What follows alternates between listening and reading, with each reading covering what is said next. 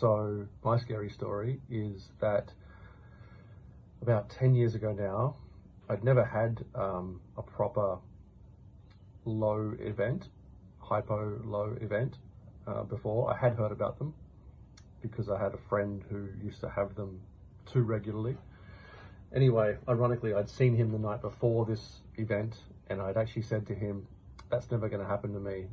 I look after myself too well. So I wake up the next morning and I'm driving and I had taken my long-acting insulin and hadn't had breakfast. I felt the hypo coming on. I was driving, I had some jelly beans.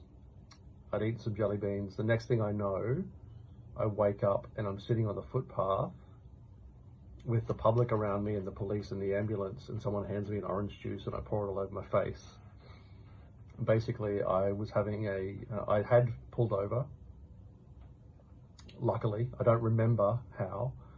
I had pulled over and had auto lock on the car, so the doors and windows are all locked. So the police literally had to, or someone from the public saw me in the car having a grand mal seizure, and got the police. The police had to smash the windows of the car to get me out.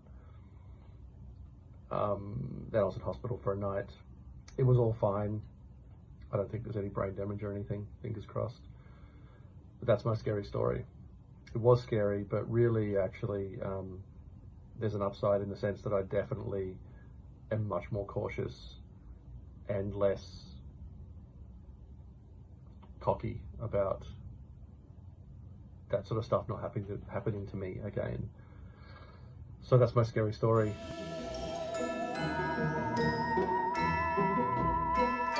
Hi, I'm Lisa and I've got a little bit of a hypo story for you today. So a few months ago I was staying at my mum's and I felt a hypo coming on, so I did the usual, checked my blood sugar, had my hypo treatments, rechecked again. This seemed like it was going on for about 45 minutes and my blood sugar weren't shifting, and I could just feel, it felt like by the minute it felt like I was getting worse and worse and worse, and it got to the point where it felt like I was having some kind of outer body experience. My heart was beating out my chest, I was sweating profusely, I was so confused, it felt like I couldn't see properly at all. And I remember my mum coming into my room at one point to ask me something. Don't know what I said to her, still to the day don't know what I said to her, and she must have just thought she'd woken me up mid-sleep. I think at that point I must have fallen asleep or passed out, I don't know, but it wasn't that long, it was literally a few minutes. My blood sugar must have come back up because I woke up and I was fine, but I was kind of like really foggy headed and I didn't really know what the hell had happened. And that's probably the worst hyper experience I've had in the almost 15 years of being diabetic. Yeah, so it did scare me a little bit, but it hasn't stopped me from doing anything. I've had hypos since then. I've been absolutely fine. Just shows that, you know, diabetes will not beat me and it cannot beat me. And I'm here to tell the story.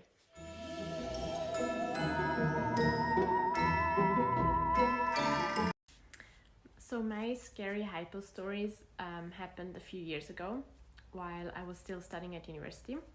The first one happened at home.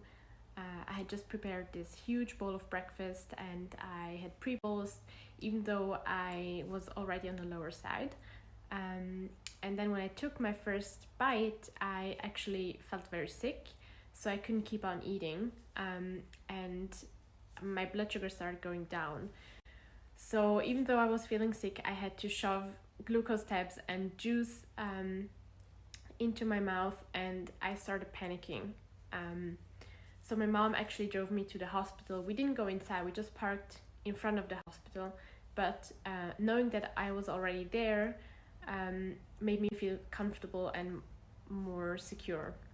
So the second scary hypo story happened during class. I was studying psychology with hundreds of other students and I had just eaten a snack in class, and for some reason I started panicking because my blood sugar wasn't going up, it just stayed steady, and probably it was just a perfect bolus, but I started panicking that I would that the insulin was suddenly gonna hit me really hard and I would pass out in front of hundreds of other students. So I ran out the class. I took a friend with me, and luckily my endo office is literally across the street from my university, so I could just walk over there and just feel safe. I didn't end up going low. In the end, I drank a shit ton of orange juice and I ended up very high actually. But the hypo fear was instilled in me, and I have been battling hypoanxiety for the past few years, honestly, and it's not easy, but I have found ways to overcome it. And one of the major ways was to just think rationally about the amount of insulin I had on board and how many juice boxes would be able to compensate that insulin. So if I know that I have, I don't know, 2 units on board and I panic about those 2 units, I know that with 2 juice boxes I'm safe. So even if I go low, I know that there is a fail-proof way for me to come back into range without having to have a seizure or go into a coma. I know it sounds really silly when you're talking about 2 units. That may be a lot for some people, that may be just a drop in the ocean for other people. But hypoanxiety is real. It needs to be talked about. It's not easy, but there are ways to overcome it. And getting to know your insulin needs, being prepared and thinking in a rational way about using your insulin and the impact that the insulin has on your body is really helpful.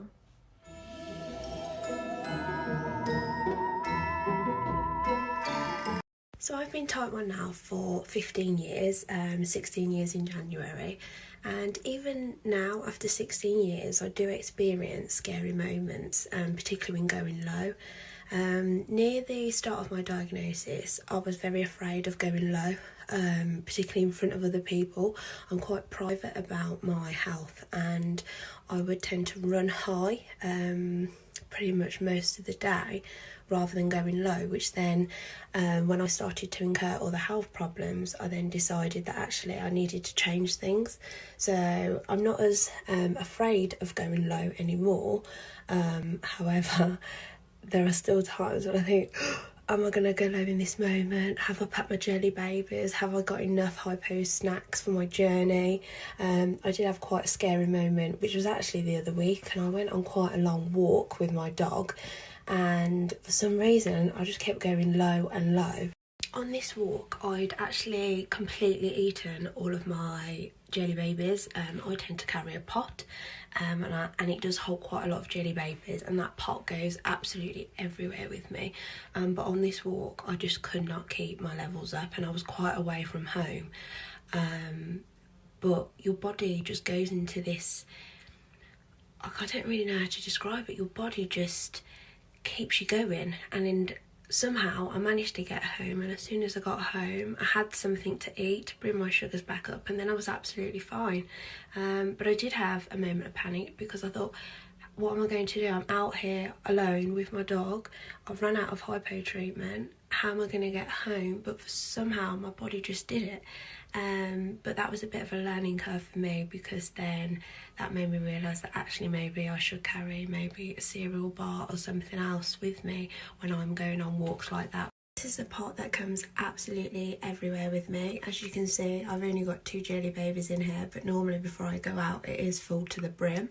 I tend to have 4 jelly babies to bring my sugars back up to above 6, which does work the majority of the time. I did wake up low this morning on, I think it was 3.6, so I did eat 4, but before I go out today I will ensure that this is completely full. I think if I've learned anything over the 15 years, it is don't be afraid to go low.